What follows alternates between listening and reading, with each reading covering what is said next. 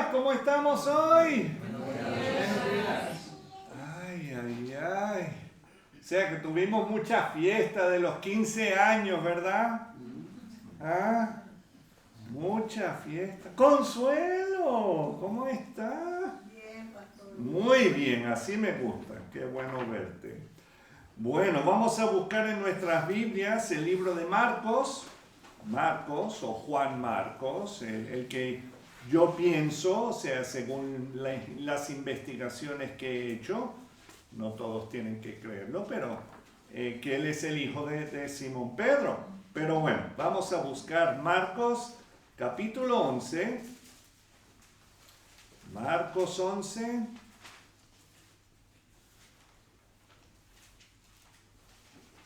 Vamos a leer los versículos 12 al 19. Marcos 11, 12 al 19. Y vamos a ponernos sobre nuestros pies en honor a la lectura de la palabra de Dios. Definitivamente no al que lo lee, de eso no hay duda. Porque uno de estos días, muy pronto, todos estaremos arrodillados ante el Rey de Reyes y Señor de Señores. Amén. Marcos 11, 12 al 19 dice: al día siguiente, cuando salieron de Betania, tuvo hambre. Ya estamos comenzando mal, ¿verdad? Y viendo de lejos una higuera que tenía hojas, fue a ver si tal vez hallaba en ella algo. Pero cuando llegó a ella, nada halló sino hojas, pues no era tiempo de higos. Entonces Jesús dijo a la higuera: nunca jamás coma nadie fruto de ti. Y lo oyeron sus discípulos. Vinieron pues a Jerusalén, y entrando Jesús en el templo, comenzó a echar fuera a los que vendían y compraban en el templo, y volcó las mesas de los cambistas y las sillas de los que vendían palomas, y no consentía que nadie atravesase el templo llevando utensilio alguno. Y les enseñaba diciendo: ¿no está escrito: mi casa será llamada casa de oración para todas las naciones? Mas vosotros la habéis hecho cueva de ladrones. Y lo oyeron los escribas y los principales sacerdotes, y buscaban cómo matarle, porque le tenían miedo, por cuanto todo el pueblo estaba admirado de su doctrina. Pero al llegar la noche, Jesús salió de la ciudad. Vamos a orar. Señor, te alabamos, te bendecimos, te damos muchas gracias por tu amor y por la manera como tú nos cuidas, Señor, como tú nos llevas en brazos la gran mayoría del tiempo, Señor, y no nos damos cuenta. A veces pensamos que no estás con nosotros, y eso es totalmente falso. Señor, y gracias porque nuestra fe en ti no depende de nuestro estado de ánimo, Señor.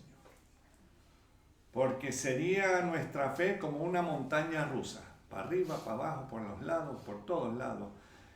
Y no, Señor, tú nos ayudas cada día a poner nuestra confianza en ti y a seguir lo que dice tu palabra. Y si no es así, Señor, gracias, porque tú estás ahí dispuesto a que si venimos ante ti, nos arrepentimos de lo que hemos hecho, de lo que hemos pensado, y venimos, Señor, ante ti, tú nos perdonas y olvidas lo que hemos hecho. Gracias, Señor, por ese perdón. Gracias porque todavía hay tiempo. Todavía es día de salvación, pero vendrá un momento cuando eso no será tan fácil, Señor. Ayúdanos a todos los que estamos escuchando estas palabras y los que escuchamos tu palabra, Señor. No la mía, pero tu palabra. Que oigamos tu voz, así como el buen pastor, y te sigamos a ti hasta el fin de nuestros días. Gracias, Señor Jesús. Amén. Amén. ¿Pueden tomar asiento? Y creo que, Daniel, no sé, yo también voy a tomar asiento. Lo siento. Ok, vamos a ver.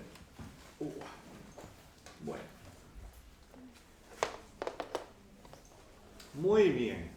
Bueno, antes de entrar en la predicación, quiero darle las gracias al Señor por su misericordia.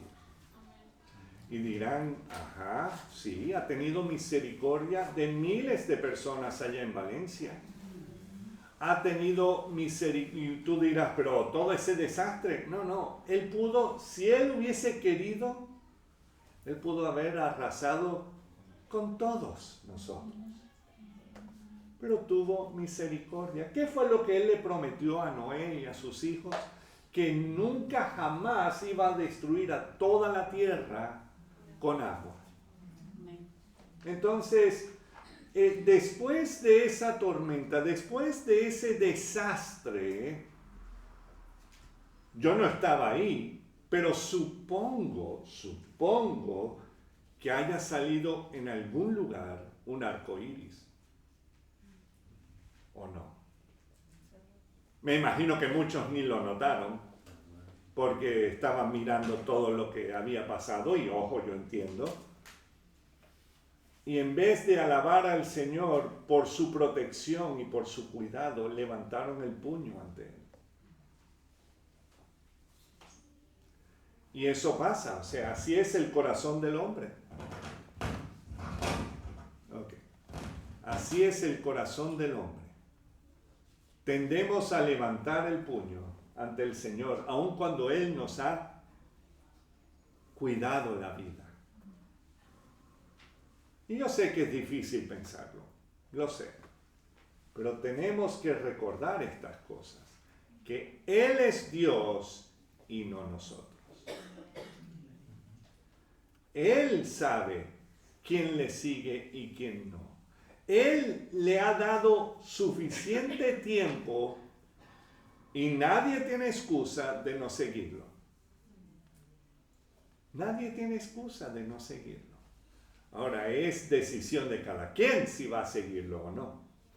Y eso básicamente es lo que ocurre aquí en lo que vemos en Marcos 11, 12 al 19, lo que acabamos de leer, pero dirás, ¿cómo? Bueno, vamos a entrar. También quiero darle las gracias al Señor por su misericordia. Y muchos dirán, porque tuvo misericordia de los Estados Unidos de Norteamérica. Sí, yo voté, y yo no tengo ningún problema en decir que yo voté por el que ganó, por Trump. Yo no estoy diciendo, yo no voté por él porque él sea un pastor. No. Pero lo interesante es que de los dos candidatos tiene cierto temor al Señor y quiere también proteger a Israel. La otra no. Aún en una de las campañas alguien gritó, Jesús es el Señor o Jesús es el Rey. Y ella dijo, estás en la campaña equivocada. Entonces, ¿qué esperamos? ¿Qué esperamos? Además de otras cosas que no voy a entrar. Pero ella no ama la vida. Pero Trump sí ama la vida. Y estamos orando para que el Señor también le toque el corazón. Igual debemos hacer para todos los dirigentes. Para el rey de España yo creo que estaba muy mal que maltrataran al rey de España. Yo creo que eso, él es el gobernante. Yo sé que hay, o sea, según las constituciones y todo, pero él es el gobernante, hay que tratarlo con cierto respeto. No estoy diciendo que tienes que estar de acuerdo con él, pero tampoco es para hacer lo que le hicieron. Porque yo creo que genuinamente él quiere lo mejor para su pueblo, pienso yo. Pero ya cada quien en su asunto. Pero ahora ya saliendo de la política y todo ese asunto, porque nosotros servimos al monarca de los monarcas. Aquellos que creen que Jesús es el primer comunista, si Él es el Rey de Reyes y Señor de Señores? O sea, totalmente lo opuesto. Pero nos ama a todos y Él mismo se entregó por ti y por mí. Entonces, ahora sí, hemos visto en domingos pasados la entrada triunfal del Señor Jesús a Jerusalén, ¿cierto? Él y sus discípulos y el resto del pueblo estaban en Jerusalén para celebrar ¿qué fiesta? La Pascua, exactamente, la fiesta de la Pascua, la fiesta que recordaba la salvación de Jehová Dios para el pueblo de Israel cuando los sacó de la esclavitud de Egipto, ¿verdad? Eso es la Pascua. Y hay algo que debo resaltar antes de seguir con la predicación. Busquemos Éxodo 12, versículos 3 y 6. Y hoy vamos a, así como siempre, vamos a dar la vuelta a la Biblia. Vamos a estar también, o sea, mantengan algo ahí en Marcos 11 porque definitivamente vamos a volver ahí. Pero también vamos a estar mirando Éxodo, vamos a estar mirando Génesis, Juan, Lucas, Jeremías, Isaías. O sea que ya sabemos, hay que, si tienen una Biblia nueva o la Biblia es vieja pero nunca le han quitado o nunca le han movido las páginas para despegarlas, hoy sí, hoy lo van a hacer. Entonces, Éxodo 12, 3 y 6 dice: hablad a toda la congregación de Israel diciendo. Tenemos que recordar que ya el Señor ha enviado varias plagas a Egipto. 3 de esas primeras plagas la habían sufrido el pueblo de Israel juntamente con los egipcios. Pero ya después de eso, ya eran los egipcios sufriendo las plagas, pero el pueblo de Israel no. Pero llega esta última plaga, la muerte de los primogénitos, y ellos tienen que hacer algo específico. Y vemos: hablad a toda la congregación de Israel diciendo: en el 10 de este mes, tómese cada uno un cordero según las familias de los padres, un cordero por familia. ¿Ok? Ahora, si Josué está en tu familia, tienes que buscar otro cordero, ¿verdad? Para que él lo prepare muy bien, porque ya como es chef y todo ese asunto, ¿verdad? Si uno puede comer el corderito gourmet. Entonces, pero un cordero por familia. El versículo 6, y lo guardaréis hasta el día 14 de este mes, y lo inmolará toda la congregación del pueblo de Israel entre las 2 tardes. El detalle es que tenían que coger un cordero, tenerlo en la casa, como si fuese una mascota. Y me imagino que hasta le dieron un nombre. No sé si le dijeron Fluffy o qué sé yo no sé.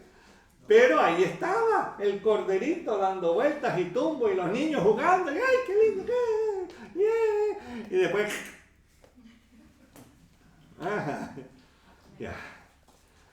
Entonces, vemos que en el calendario hebreo, unos 15 siglos más tarde, el día que Jesús entró a la ciudad de Jerusalén fue el día domingo 10 de Nisan. ¿Cómo lo sabemos? Bueno, porque tú vas hacia atrás en los calendarios y todo ese asunto y te das cuenta de esto. Luego fue crucificado y enterrado el jueves 14 de Nisan.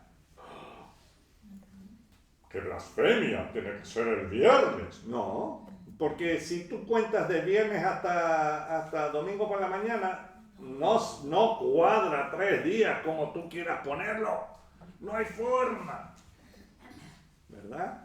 Entonces, jueves 14 de Nisan, porque ese es el día, porque acabamos de leerlo, que lo inmolará toda la congregación del pueblo de Israel, ¿entre qué? Entre las 2 tardes. O sea, tenemos que recordar que el día hebreo comienza ¿cuándo? Por ejemplo, hoy domingo comenzó ¿cuándo?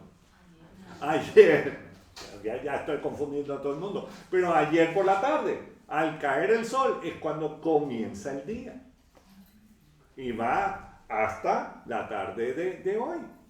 Y ya esta tarde, ya es lunes. ¿Ok? Ay, lunes. Oh, lunes. Sí, lunes. Claro que sí. Muy bien. También tenemos que recordar otra cosa, que domingo es el primer día de la semana. ¿Ok? Ya el sábado es el último día. Yo sé que en nuestros calendarios aquí en España siempre te ponen el domingo como si fuese el último día, pero no. Es el primer día de la semana hasta el Shabbat, hasta el sábado. ¿Estamos entendiendo? Ok, no, solamente por si acaso. Entonces, vemos que fue enterrado el 14 de Nisan en la celebración de la Pascua y también era el primer día de la fiesta de los panes sin levadura, 7 días comiendo pan sin levadura. ¿Cuántos de ustedes han comido pan sin levadura? ¿Verdad? Pan sin levadura. Qué bien. Entonces, y claro, su cuerpo permaneció en la tumba desde el viernes 15. Bueno, lo enterraron el jueves, pero o sea, a lo que voy es que sí, ese jueves, pero ya cambia a viernes por la tarde, porque tenían que hacerlo antes. Y entonces, estuvo ahí todo el viernes, todo el sábado, y resucitó el domingo. Ahora, el problema es que tú dirás, pero dice que tenían un día de descanso ahí, un Shabbat, un día de reposo. Claro, porque justo después de la Pascua, siempre lo que viene después es un día de reposo. No importa qué día cae, puede caer un martes, hay un día de reposo. O un día de santa convocación. ¿Se acuerda cuando estábamos en el retiro? O sea, santa convocación, o sea, que todo el pueblo se reunía. Y ahí lo inmolará toda la congregación del pueblo. Y al día siguiente, día de santa convocación. Entonces el viernes y el sábado y el domingo resucitó de entre los muertos el 17 de Nisan, el día de la fiesta de las primicias. Entonces, ahí hay algo que debemos recordar, algo importantísimo que dijo Jesús a los fariseos. Él le dijo, escudriñad las escrituras porque a vosotros os parece que en ellas tenéis la vida eterna y ellas son las que dan testimonio de mí y no queréis venir a mí para que tengáis vida. Eso es en Juan 5, versículos 39 y 40, por si acaso quieren saber dónde está. Pero vemos que todas las escrituras, desde Génesis hasta el Apocalipsis, estos 66 libros que tenemos en nuestras manos, apuntan a una sola verdad. Una sola verdad. Que Jesús es ¿qué? El camino, la verdad y la vida. Nadie llega al Padre Celestial si no es por medio de ¿quién? De Jesús. De Yeshua, salvación. Yeshua es nuestra salvación, no hay otro, no hay otra. Por si acaso. En el Evangelio de Juan Marcos, ahora volvemos a Marcos 11, versículos 12 al 14, leemos lo siguiente. Claro, el Señor ya ha entrado. Lo interesante es que cuando tú lees el Evangelio de Mateo y el Evangelio de Lucas, parece ser que Jesús entra y limpia el templo justo cuando entra a Jerusalén. Y yo creo que sí. Pero también creo que tuvo que volver a entrar y hacerlo de nuevo. Porque ustedes creen que le van a hacer caso. ¿Nosotros le hacemos caso de un día para otro? Vamos a ser sinceros. Bueno, ok. Pero leemos ahí el versículo 12. Al día siguiente, cuando salieron de Betania, tuvo hambre. Ay, yo también. O sea que esto va a ser corto. Y viendo de lejos una higuera que tenía hojas, fue a ver si tal vez hallaba en ella algo. ¿Cuánto le gustan los higos? A mí me encantan los higos. ¿Por qué el Señor siempre utiliza frutas como los higos, qué otro, las granadas? ¿Por qué habla tanto de ese tipo de frutas? ¿Por qué creen ustedes?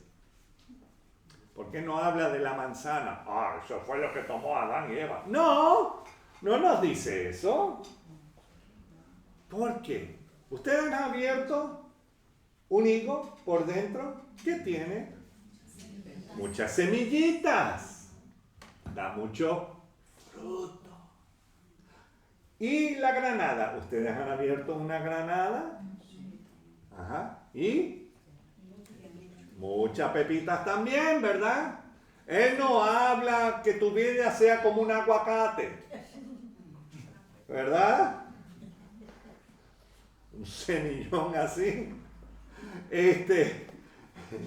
No, que tengas mucho fruto, que des mucho fruto, amén. ¿Qué otra fruta tiene?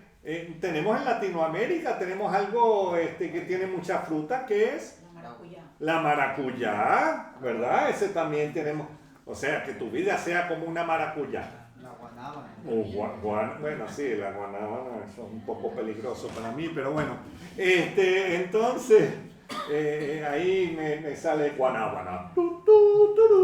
Guanábana. Entonces, pero el detalle es que todas estas frutas tienen, o sea, tienen la oportunidad de dar más fruto. ¿Estamos entendiendo? No lo tengo aquí en la predicación, pero, o sea, son cosas que uno se pone a pensar, ¿y por qué? Bueno, aquí podemos ver varias razones.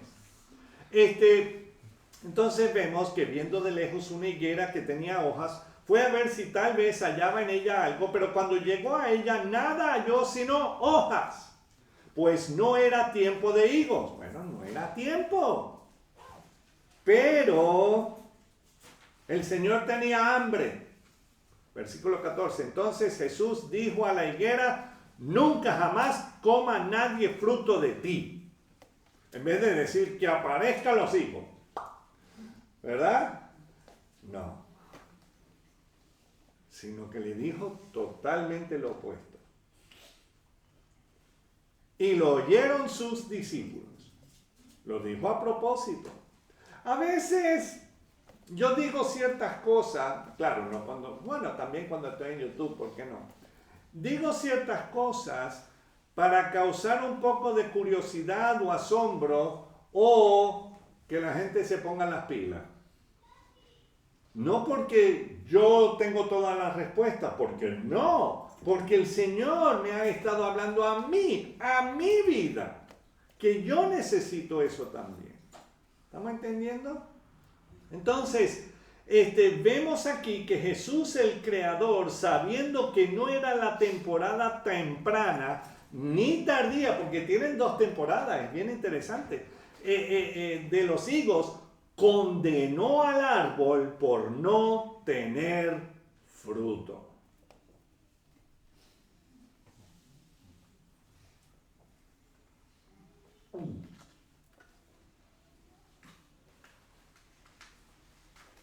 ¿Cuál es la importancia de la higuera en la Biblia? Bueno, la primera vez que encontramos la palabra higuera es en el libro de Génesis 3:7. Justo después que Adán, varón y varona, comieron del árbol del fruto de la ciencia del bien y del mal. Versículo 7 de Génesis 3 dice, entonces fueron abiertos los ojos de ambos.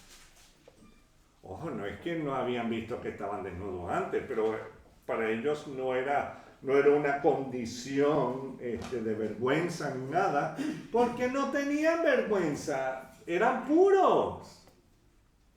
Eran perfectos. No tenían las mentes cochambrosas. Eso vino después. Y entonces cosieron hojas de higuera. Higuera en hebreo es te'en. Te'en. Y en griego es un poco más fácil recordar. Suke, así como la sopita que tiene. Suke. Y bueno, se hicieron delantales. ¿Cuántos de ustedes han hecho un delantal con una hoja? Dura, ¿verdad? O sea, una hoja de plátano. Chacho, tú lo miras y ya se parte. Pero lo interesante es que trataron de tapar su vergüenza con hojas de higuera haciéndose delantales y sabemos que eso no va a tapar gran cosa y se rompen fácilmente. Porque si no ya Sara se hubiese forrado de un montón de delantales de hojas de higuera. ¿Sí? ¿O no? Ah, verdad, que ninguno de los hermanos van a Sara, yo tampoco. Pero sabemos que eso no va a cubrir gran cosa, gracias a Dios que no eran hojas de... ¿Cuál es la que son picantes? ¿Cuál es la que son? La ortiga. ¿Ah? La ortiga. La ortiga. Ay, unas hojas de ortiga, ¿eh? Ok, entonces, fue la primera vez que los seres humanos experimentaron la desobediencia y todo lo que le acompaña. La culpa, la vergüenza, la desnudez, la soledad, la desconfianza, el odio, entre otros sentimientos, y había entrado el pecado y la muerte a la mente y al corazón. Y leemos en Génesis 3, 20 y 21, y llamó a Adán el nombre de su mujer Eva, por cuanto ella era madre de todos los vivientes.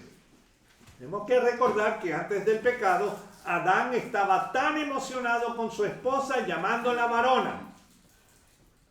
Tú eres Adán, o Adana, o como quieras, ¿verdad? Adán. Y los dos son Adán. Isha. ¿Ok? Pero ahora la está distanciando de él por la culpa de ambos. Y él le cambia el nombre de Adán a Eva. Y mira ahí, también vemos el 21. Y Jehová Dios hizo al hombre y a su mujer túnicas ¿de qué? De pieles. Y los vistió. Ahora, Jehová Dios fue quien les cubrió de su vergüenza física y también del pecado que habían cometido por la sangre inocente de los animales que fueron sacrificados para darle esas ropas. ¿Cierto? O sea que sí hubo muerte ese día, además de la muerte espiritual. Pero hubo muerte. Y hay cosas que uno no puede deshacer.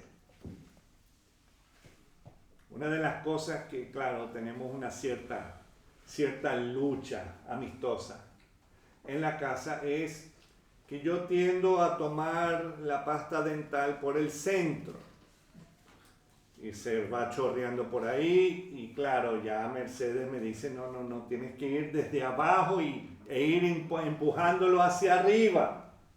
Y así uno puede tener mejor, porque claro, a veces no me sale ni nada, ¿verdad? Entonces, pero ¿qué pasa? Si yo saco toda esa pasta, ¿puedo volver a meterlo? ¿Ustedes lo han intentado? ¿No? Me imagino que Pierre sí lo ha hecho, ¿verdad? Has tratado de intentar a volver a meter. No, él es muy listo para eso. Ok, entonces, pero vemos que hay cosas que no podemos deshacer después de que se hayan cometido. Y puede ser en cualquier situación de la vida. Mentirle a alguien, robarle a alguien, pelearle a alguien. Y ponga ahí el pensamiento, acto, pecado, crimen que cometas en contra de la palabra de Jehová Dios. ¿Podemos pedir perdón? Sí. Pero ya lo que se hizo, se hizo. ¿Estamos entendiendo? ¿El Señor nos perdona? Por supuesto que sí. Por supuesto que sí. Pero un ejemplo vivo de un lamento inmediato es cuando has entregado tu virginidad antes del matrimonio. No puedes volver atrás y corregirlo. Ojo, tanto los chicos como las chicas, ¿ok? Que no... Ay, es que el pastor ahí es el patriarcado. No, ambos. Porque entonces, ¿por qué leemos que en Apocalipsis habla de los 144,000 jóvenes varones que vírgenes? ¿Estamos entendiendo? Entonces, lo interesante es que estamos hablando tanto de los chicos como de las chicas. Y vendrá el momento apropiado para vivir esa experiencia en el matrimonio. Ahora, ¿no es mejor esperar? Así podrás vivirlo con la persona con quien vas a pasar toda tu vida. Y yo le doy muchas gracias a mi Dios, sinceramente, por haberme cuidado de haber cometido actos en mi juventud y no haberme mancillado antes de casarme con mi esposa. Me casé a los 27 años. Y muchos hasta se reían de mí y pensaban que yo era del otro lado. No estoy hablando del otro lado del río.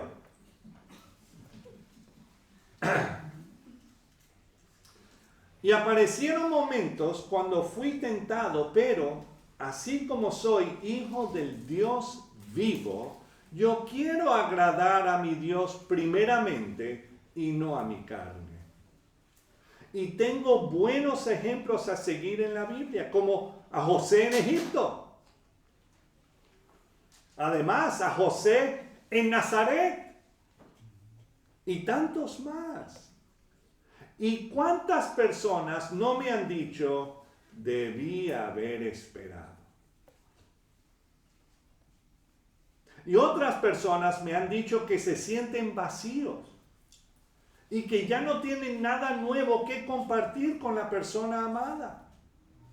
En otras ocasiones me han contado historias de horror, sea por embarazos no deseados o por enfermedades venéreas, o solo porque no recibieron el cariño que pensaban recibir, sino que se sintieron engañados, utilizados y desechados. Nadie te puede forzar en hacerlo. Nadie. Y ojo, si es por algo lamentable, como que no voy a entrar, pero eso ya no entra en tu culpa. El Señor te fortalece y te da lo que necesitas para sobrellevar eso. Pero tú tienes todo el derecho en decirle que no. Anda, mami, una probadita de tu amor y qué sé. Zángano. Que merece otra cosa. El apóstol Pablo, escribiendo en 1 Corintios 7, 32 al 34, lo explica muy bien. Quisiera pues que estuviese sin congoja. El soltero tiene cuidado de las cosas del Señor, de cómo agradar al Señor. No dice que tienes que ser soltero toda la vida, eso no es lo que está hablando, pero cuando eres soltero, puedes buscar cómo agradar al Señor, pero el casado tiene cuidado de las cosas del mundo, de cómo agradar a su mujer, como debe ser. 34. Hay asimismo diferencia entre la casada y la doncella. La doncella tiene cuidado de las cosas del Señor para ser santa, así en cuerpo como en espíritu, pero la casada tiene cuidado de las cosas del mundo, de cómo agradar a su marido. O sea que no está diciendo que no te puedes casar, claro que te puedes casar en el tiempo apropiado. Pero quiero que sepan que esto nos debe diferenciar de actuar como animales. Hay estudios que determinan que los cerebros de los hombres y las mujeres no están completamente desarrollados sino hasta los 22, 23, 24, 25 años. Yo creo que Mercedes ya era a los 16.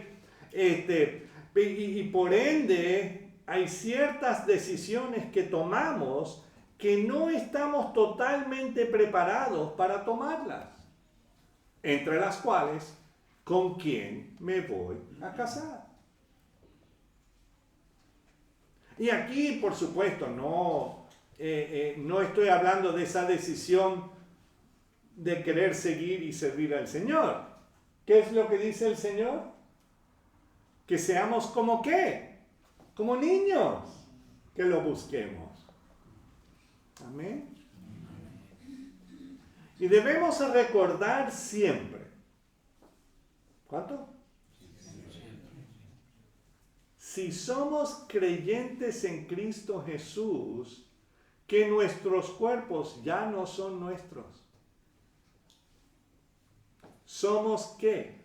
Templos del Espíritu Santo de Dios. Segunda de Corintios 6, 14 al 18. Ahí viene Pablo de nuevo. Segunda de Corintios 6, 14 al 18. Nos dice en el versículo 14, no os unáis en yugo desigual con ¿quiénes? Con los incrédulos. Y esto en todos los ámbitos. O sea, estamos hablando tanto en matrimonio como en haciendo un negocio. Ojo, no estoy hablando de que fuiste y compraste un pedazo de pan. No, eso no es lo mismo. Pero de que tengas un socio de alguna empresa o qué sé yo. No. Porque ¿qué compañerismo tiene la justicia con la injusticia? O sea, cuando habla de la justicia, no estamos hablando de Superman, estamos hablando, ¿qué compañerismo tienen los que siguen la palabra de Dios y los que no siguen la palabra de Dios? ¿Estamos entendiendo? Ahora, ojo, estoy hablando, si ya estás casado y esto es lo que está ocurriendo ya, o sea, permanece en ese matrimonio, como hemos estado mirando los martes, ¿cierto? Entonces, ¿y qué comunión la luz con las tinieblas? ¿Y qué concordia Cristo con Belial? ¿Quién es Belial? Belial es otro nombre para Satanás. ¿Okay? ¿O qué parte el creyente con el incrédulo? Versículo 16. ¿Y qué acuerdo hay entre el templo de Dios y los ídolos?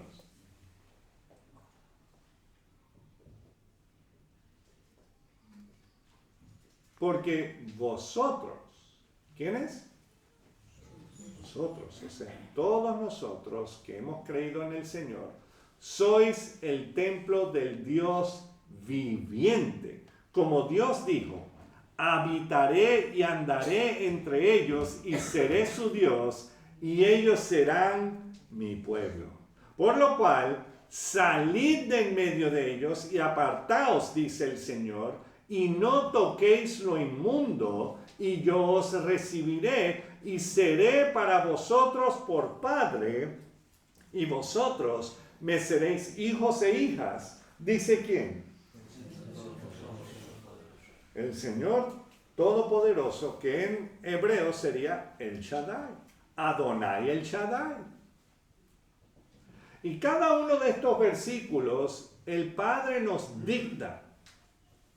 No nos sugiere lo que debemos hacer si somos sus hijos, nos lo dicta. ¿Qué es lo que dice? Salid, apartaos, no toquéis. O sea, eso no son sugerencias. Entonces no puedo compartir con mi familia que es impía y todo. Sí, tú puedes compartir con tu familia que es impía, pero no hagas lo que ellos hacen. Y si tú sabes que van a hacer algo que no le agrada al Señor, no entra en el trapo. Pero Jesús, Él estaba con los pecadores y que... un momento. ¿Cuándo vemos a Jesús con los pecadores? Bueno, cuando estaba en la casa de Mateo Leví, ¿verdad? Que ya Mateo Leví estaba dejando esa vida. Y muchos de los que estaban con él aquel día se rindieron ante el Señor y dejaron sus vidas también para seguir a Cristo. ¿Estamos entendiendo? No es que Jesús se metió ahí en el trapo y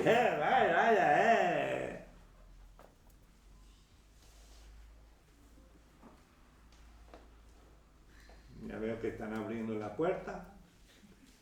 Me van a sacar al parking. No, pero eso es lo que, hermanos, tenemos que marcar la diferencia. Y en muchas ocasiones es diciendo no. Diciendo no. Y bueno, y lo mismo estaba ocurriendo en las inmediaciones del templo en Jerusalén. Leemos en Marcos 11, volvemos a Marcos 11 y vamos a leer los versículos 15 al 17. Marcos 11, 15 al 17.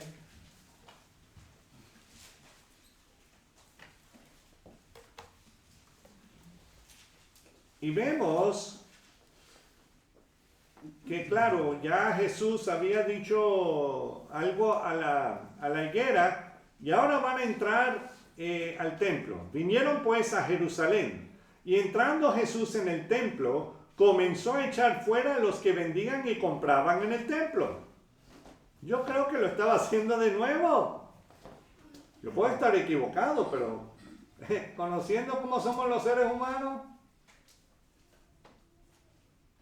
Y volcó las mesas de los cambistas y las sillas de los que vendían palomas. Y no consentía que nadie atravesase el templo llevando utensilio alguno. Y les enseñaba diciendo, ¿no está escrito, mi casa será llamada casa de oración para cuántos? Para todas las naciones, mas vosotros la habéis hecho ¿qué? Cueva de ladrones. Ahora, lo que habían hecho dentro de las inmediaciones del templo fue usarlo como mercado para lucrarse los que estaban encargados de mantenerlo puro. O sea, ellos eran los cabecillas del mercadillo ahí. ¿Y cuántos de nosotros nos encanta cuando el Señor nos dice no? Ay, gracias. No. A lo mejor después, ok, Señor, tienes razón y tal, ¿verdad? Pero en los primeros segundos, pregúntale a Alex, ¿verdad? ¿Cómo es que haces, Alex? Sí. Ojo, no estoy diciendo que lo hizo ayer. No. Pero lo interesante es que, claro, nos incomoda. ¿Por qué? Porque queremos hacer lo que nos da la gana. Como a mí me gusta, yo sé que es del Señor. No lo creo. No lo creo. No. Entonces, Jesús no estaba en contra que tuviesen las ventas de los animales y de los cambios de moneda, pero ¿dónde? Fuera de las inmediaciones del templo. ¿Estamos entendiendo? Fuera, no dentro. Y si era día de reposo, menos.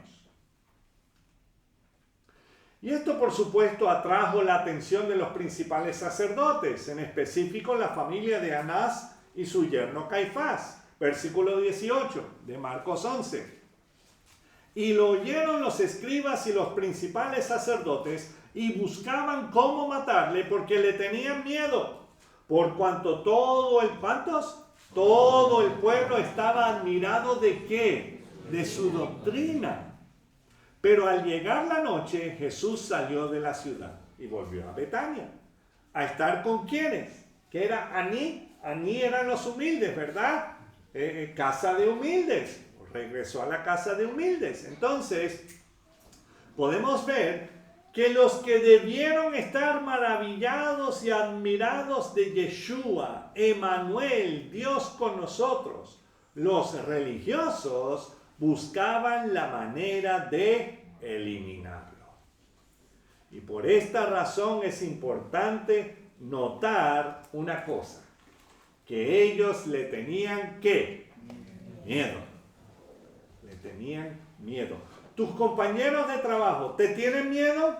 Ojo, no estoy hablando de que tú entras con una cara larga y amenazadora, no. A lo mejor te tienen miedo porque estás, espero que sea así, que estás demostrando la luz de Cristo.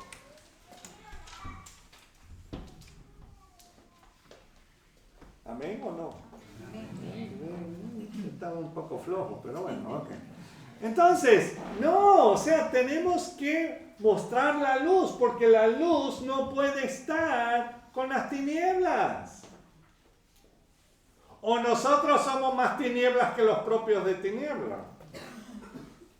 Oh, yo voy a la iglesia y levanto las manos y canto como los ángeles, pero llega el lunes, soy como el propio diablo. Entonces, cuidado, le tenían miedo. ¿Qué es lo que el Señor dice que debemos ser nosotros? Sal y luz. Y otro detalle es que todo el pueblo estaba admirado de la doctrina de Jesús. Y claro está, Jesús hizo muchos milagros. Pero lo que perdura es que, no los milagros, sino que su palabra, su doctrina. Porque cada uno de ellos iban a morir. No importa cuántas veces el Señor les sanó de yo no sé, la tartamudez o lo que sea. Todos ellos iban a perecer. Todos. Y aquellos milagros quedarían en aquel tiempo.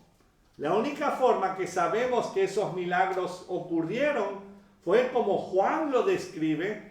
Este es el discípulo que da testimonio de estas cosas y escribió estas cosas. Y sabemos que su testimonio es verdadero. Y hay también otras muchas cosas que hizo Jesús, las cuales, si se escribieran una por una, pienso que ni aún en el mundo cabrían los libros que se habrían de escribir. O sea que nosotros solamente tenemos un trocito, un poquito, un pellizco de ñoco. A ver si alguien está despierto, gloria a Dios. Miguel está despierto. ¿Sabes lo que es un pellizco de ñoco? ¿Sabes lo que es un ñoco? Un ñoco es alguien que no tiene dedos, lamentablemente. No. Y entonces que alguien que no tiene dedos y te hace un pellizco, bueno. O sea, que casi nada. O sea, lo que tenemos en la palabra, hablando de Jesús, es casi nada de sus milagros. Porque ya no existían los ñocos, porque ya los sanó, gloria a Dios, ¿verdad? Entonces, pero lo interesante es, busquemos por un momento en los próximos versículos. Yo sé que leímos hasta el 19, pero ahora vamos a seguir leyendo 2 versículos más. Marcos 11, 20 al 21. Y aquí veremos parte de la doctrina que dejaba a la gente admirando al Salvador más y más. Ahora, ¿se acuerdan que Jesús había ordenado a la higuera en el versículo 14, nunca jamás coma nadie fruto de ti? ¿Se acuerdan de eso? Ahora, ¿por qué Jesús le dijo esto a la higuera? Además de la importancia de la higuera en la mente del hebreo, este árbol tiene la peculiaridad que da fruto en 2 épocas del año. En 2 épocas del año. Según los estudiosos en la materia, yo no soy uno de ellos, después de 3 años de plantado, ¿oyeron bien? Que lo han plantado y ha estado ahí 3 años, cogiendo los nutrientes y todo de la tierra y todo. Después de 3 años de plantado, cada árbol produce a finales de la primavera y usualmente la Pascua cae a principios de la primavera. O sea, por eso no había fruto. De nada, estaban las hojas, pero no estaba fruto, ¿verdad? Entonces, vemos que a finales de la primavera y a comienzos del otoño, ahí es donde salen 2 momentos de fruto de la higuera. Además, los higos casi siempre crecen junto con las hojas. Por eso Jesús, o sea, como ya había hojas, estaba buscando comida ahí. ¿Ok? Ahora, claro, sabemos, Él es el creador del universo, Él sabe todo, o sea que Él sabía que no tenía, pero tenía que demostrárselo a los muchachos que andaban con Él. Nosotros siempre vemos esas películas y todo, y ponen a todos los discípulos como si fuesen una cuerda de viejo, ¿cierto? Pero el detalle es que no, tenían que ser jóvenes, porque después, ya, imagínense, Juan muere como a los 100 años. Ya eran viejos ahí, pero antes, o sea, eran unos jovencitos. ¿Sí? Bueno, sí, Miguel. Ajá. Sí. No, sería más que andaba Juan Miguel y Pierre, ¿verdad? Andaba con el Señor, Josué, ¿cierto? John Jairo, ¿por qué no, verdad? No, es muy mayor. Ah, muy mayor. Bueno, por lo menos él hacía los buñuelos. Entonces, pero tenemos todo esto. A lo mejor el que era más o menos en la edad de Pedro sería aquí Johnny. Entonces, pero vemos aquí que él ya sabía. Y vamos a volver a leer el versículo 13. Y viendo de lejos una higuera que tenía hojas, ahí está, fue a ver si tal vez hallaba en ella algo, pero cuando llegó a ella nada halló sino hojas, pues no era tiempo de higos, porque era el principio de la primavera, no el final de la primavera, ¿ok? A ver si tal vez hallaba en ella algo, pero cuando llegó a ella nada halló sino hojas, porque no era tiempo de higos. Entonces vio las hojas, pero no llevaba fruto. Al día siguiente, en los versículos 20 y 21, vemos: y pasando por la mañana, vieron que la higuera se había secado. ¿Desde dónde? Desde las raíces. ¡Wow! Entonces Pedro, acordándose, le dijo: Maestro, mira, la higuera que maldijiste se ha secado. La higuera que maldijiste se ha secado. Y todos estarían maravillados con lo pronto que se secó desde el día anterior hasta aquella mañana. ¿Cuántos de ustedes han tenido un jardín en algún momento de sus vidas? O que han, parece que nadie. Entonces, pero una de las cosas que son molestosísimas son, ¿cómo se llama esas plantas, esas hierbas malas y todo ese asunto? O sea, ay, Señor, háblale a esas hierbas malas y se secan. Pero bueno, entonces, pero vemos aquí que ellos se dieron cuenta que el Señor hizo el milagro. Y Jesús en otra ocasión habló de una higuera que no quiso dar fruto. Y con esto vamos a ir a Lucas 13, 6 al 9. Esta es una parábola. Lucas 13, 6 al 9. Y dice: dijo también esta parábola: tenía un hombre una higuera plantada en su viña, y vino a buscar fruto en ella y no lo halló. ¡Qué interesante! Lo que había pasado, ya los discípulos tenían esto fresquecito en sus mentes. Versículo 7: y dijo al viñador: he aquí, hace 3 años, ¿cuánto tiempo dura una higuera antes de que empiece a dar fruto? 3 años, o sea que Jesús sabe de lo que está hablando, ¿cierto? ¿Ok? Tenía un hombre una higuera plantada en su viña y vino a buscar fruto en ella y no lo halló, y dijo al viñador: he aquí, hace 3 años que vengo a buscar fruto en esta higuera y no lo hallo. Y después dice que córtala.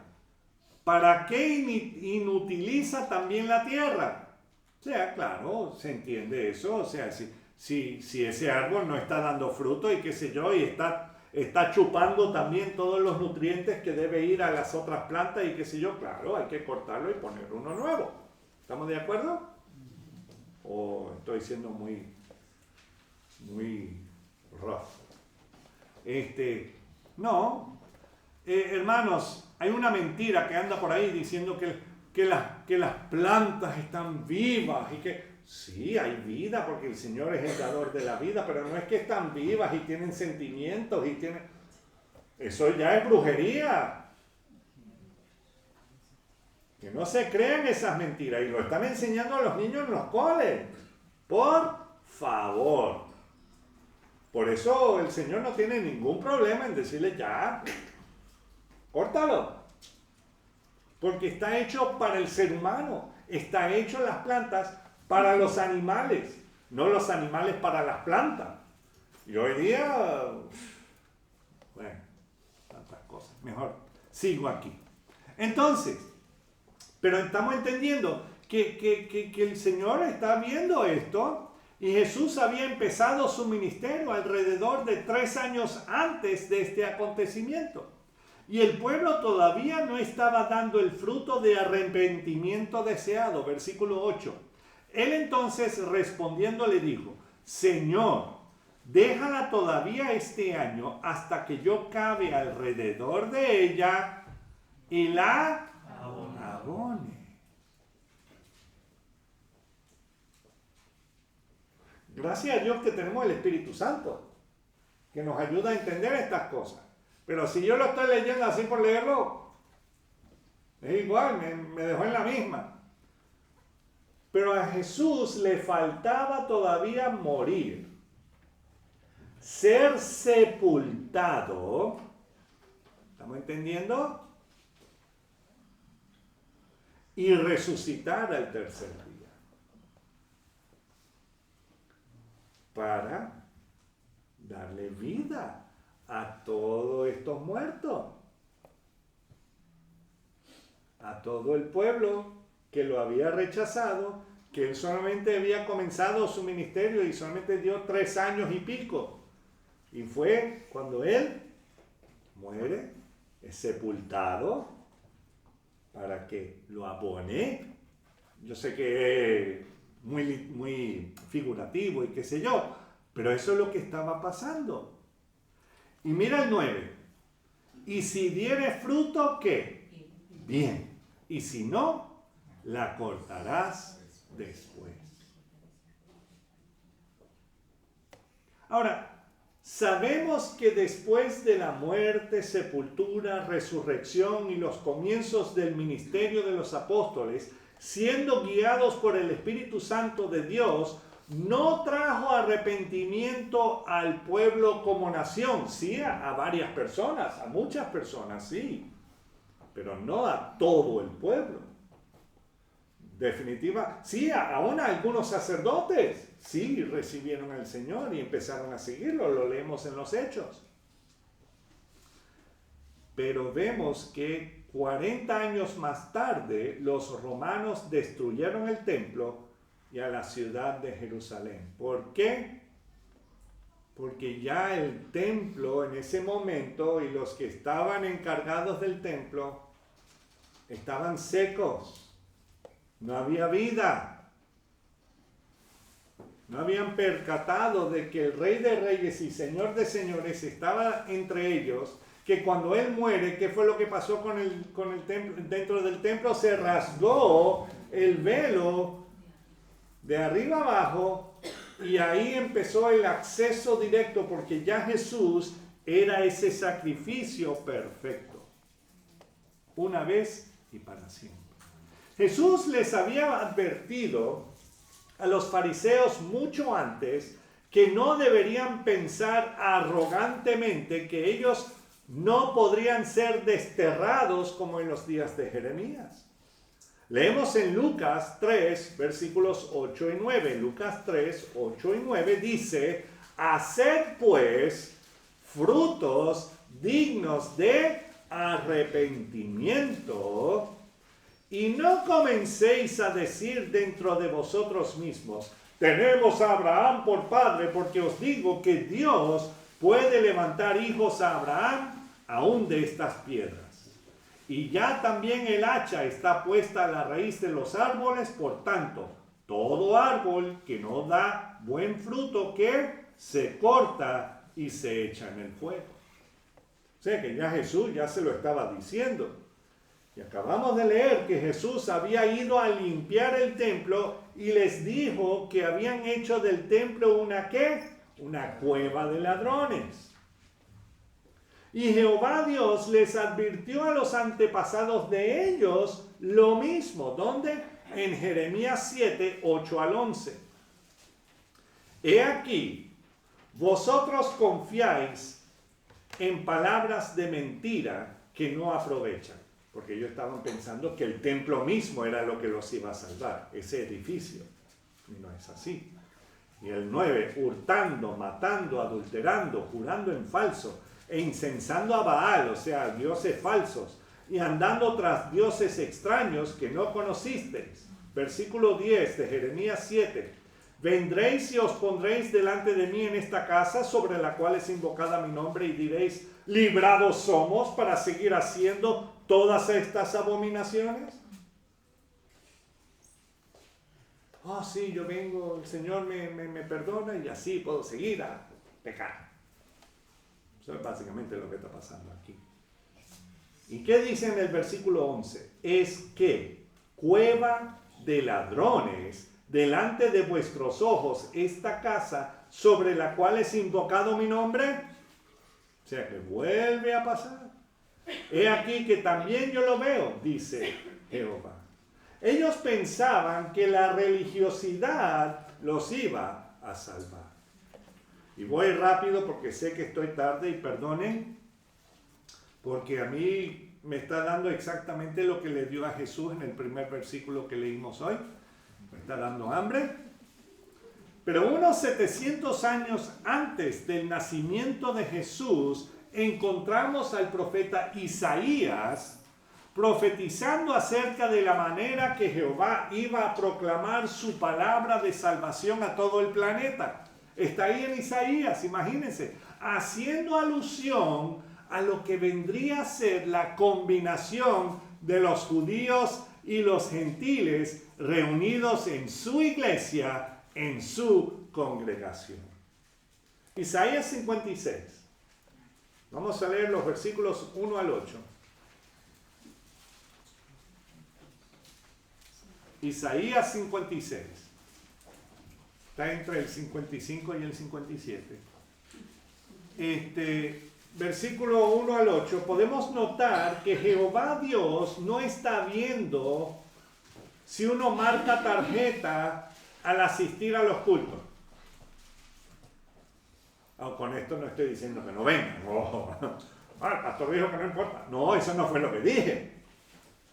Él no está viendo si tú marcas tarjeta o no. Ya cumplí con Dios. No, tu vida debe cumplir con Dios.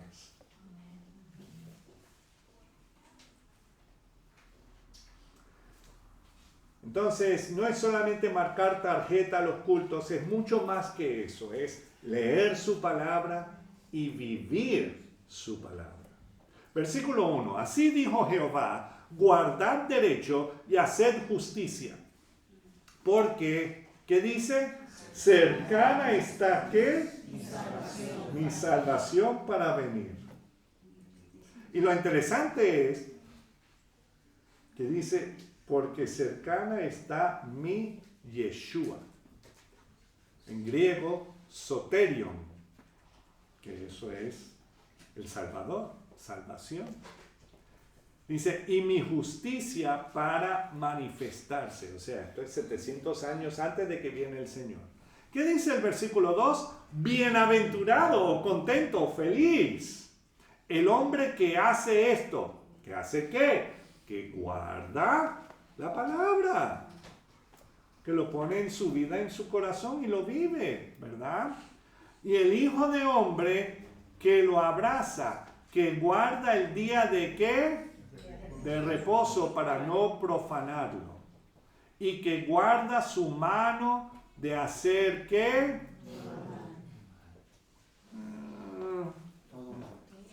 Ya no me gusta.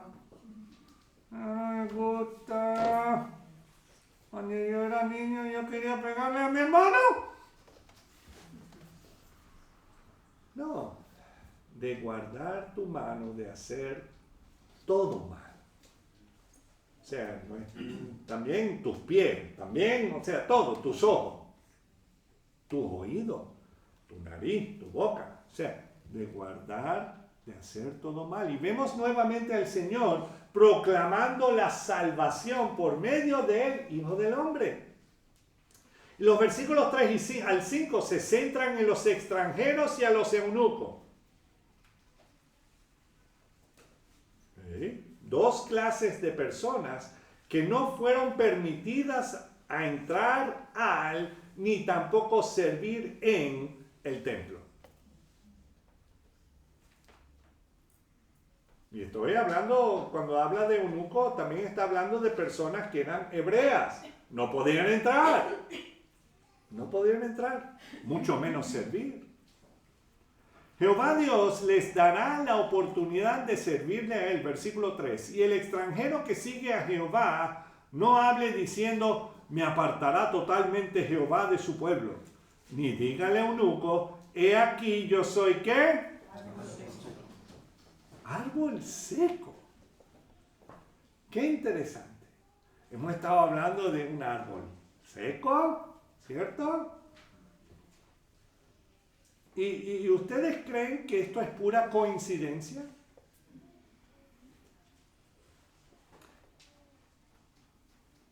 ¿Qué justo en esta escritura hace la comparación de un eunuco con un árbol seco? Versículo 4, porque así dijo Jehová, a los eunucos que guarden ¿qué? Mis días de reposo, o sea, que asisten a los cultos y eso, y escojan lo que yo quiero, o sea, hacer la voluntad del Señor, y abracen mi pacto, que quieren seguir lo que dice la palabra de Dios, yo les daré lugar, ¿dónde? En mi casa y dentro de mis muros, y nombre mejor que el de hijos e hijas, nombre perpetuo les daré que nunca perecerá. O sea, que tiene acceso a la vida eterna. Tiene acceso al templo de Dios en los cielos. Entonces, en el reino de los cielos, todos seremos transformados.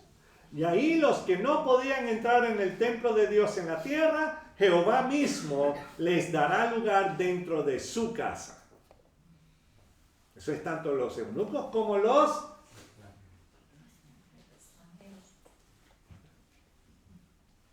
Sí, yo soy extranjero. Y el Señor sí, me da la bienvenida. Gloria a Dios por su misericordia. Y sigue con los versículos 6 al 8. Y a los hijos de los extranjeros que sigan a Jehová, ¿para qué? Para servirle y que amen el nombre de Jehová para ser sus siervos, así como hemos estado alabando al Señor esta mañana que trajo Johnny. ¿Amamos al Señor? Amén. ¿Estamos dispuestos a darlo y dejarlo todo por Él?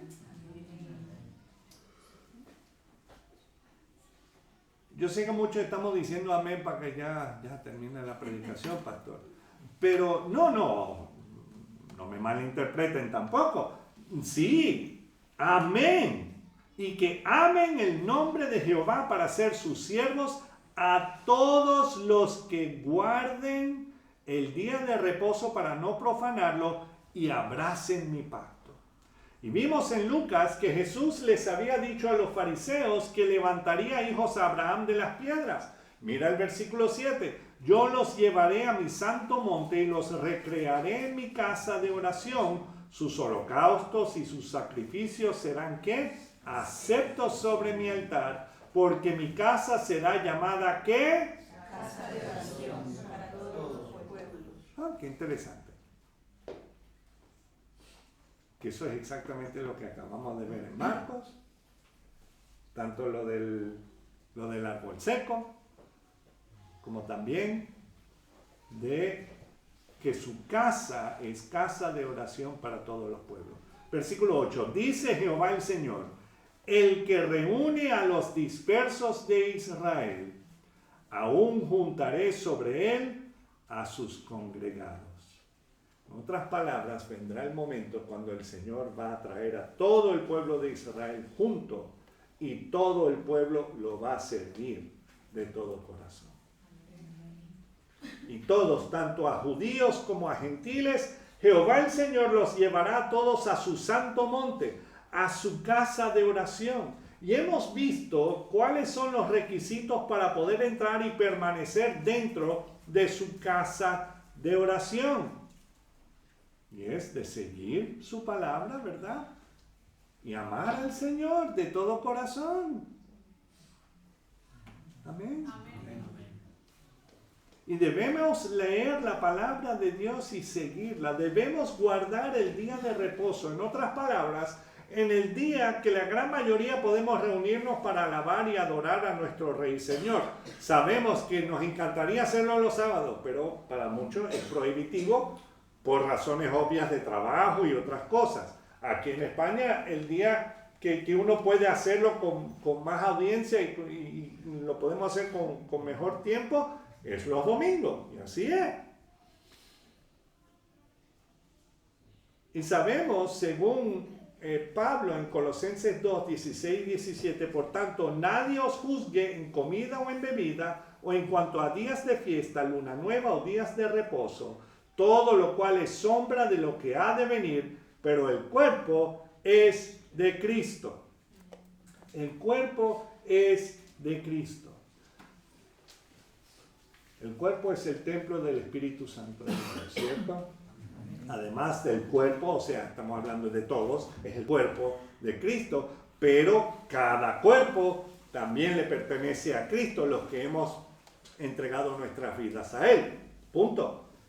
Y el escritor de Hebreos 10, 23 al 25 lo confirma.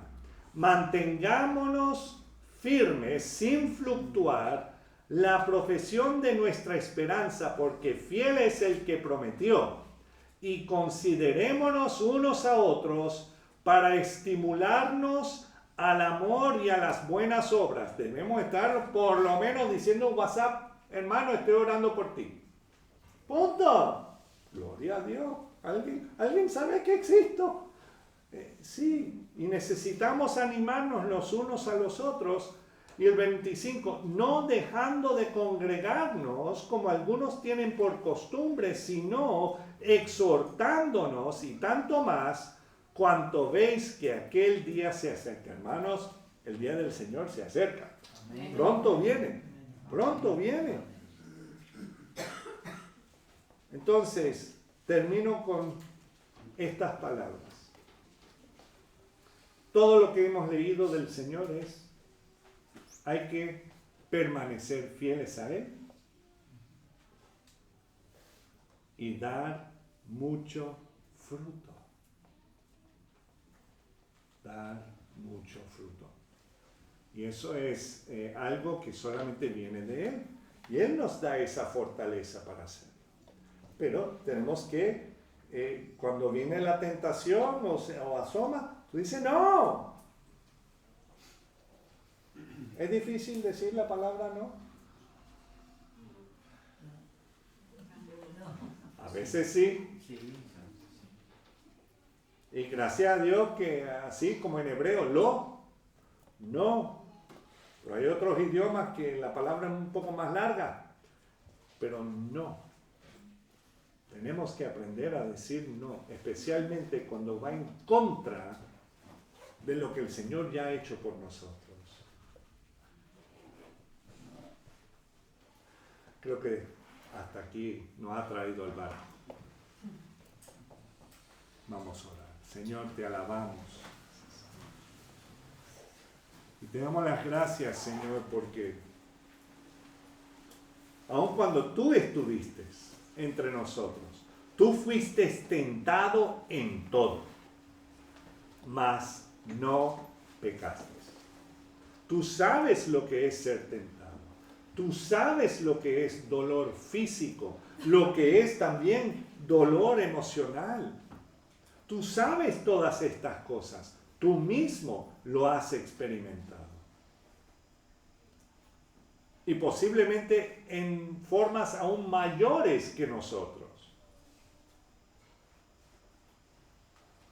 Y gracias, porque no lo merecemos, pero lo hiciste porque nos amas. y lo poco que podemos hacer en gratitud, en amor, es entregarte a ti nuestras vidas, nuestros deseos, todo. Porque tú tienes algo aún mejor para cada uno de nosotros. Gracias, Señor.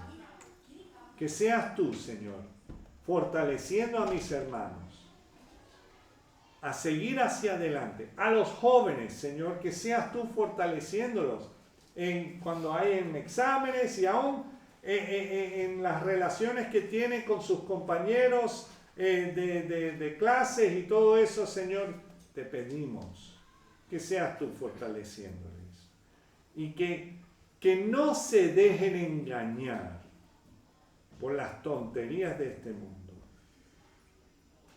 Yo sé lo que es sufrir los chalequeos, tanto, Señor, yo lo sé, no es algo bonito, pero sabemos, mi Dios, que tú nos traes a la otra orilla en paz y tú quieres lo mejor, no lo menos malo, lo mejor para cada uno. Ayúdanos a permanecer en ti y veremos lo mejor. Gracias, Señor Jesús. Amén. Para nuestro amigo de YouTube, Dios le bendiga y hasta la próxima, si no ha venido el rapto. Hasta luego.